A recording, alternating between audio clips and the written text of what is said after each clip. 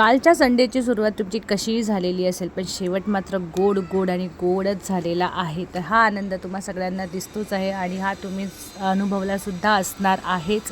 कारण की खूप खूप मजा आली. म्हणजे क्रिकेट न बघणारेसुद्धा हे सगळं बघतात. त्यातली मी एक होती की मला इतकं जास्त आवडत नाही, पण जेव्हा असे काही फायनल्स असतात आणि आपली टीम जेव्हा असते या सगळ्यांमध्ये, तर बघायला खूप छान मजा वाटते. आणि हा जो आता गेला ना, त्याचं नाव आय थिंक वरुण आहे, त्याचं पुढचं मला नाव नाही माहिती. याचा जेव्हा पण क्लिप दाखवते ना, असं वाटतं की खूप हळवा झालेला आहे आणि आता तो रडणारच आहे, असं सारखं मला वाटायचं. मी म्हटलं कोण आहे हा, आणि मला नाही माहिती एवढे क्रिकेटर्स. आणि ही आमची सगळे बास्केट तयार होती चॉकलेट्सची.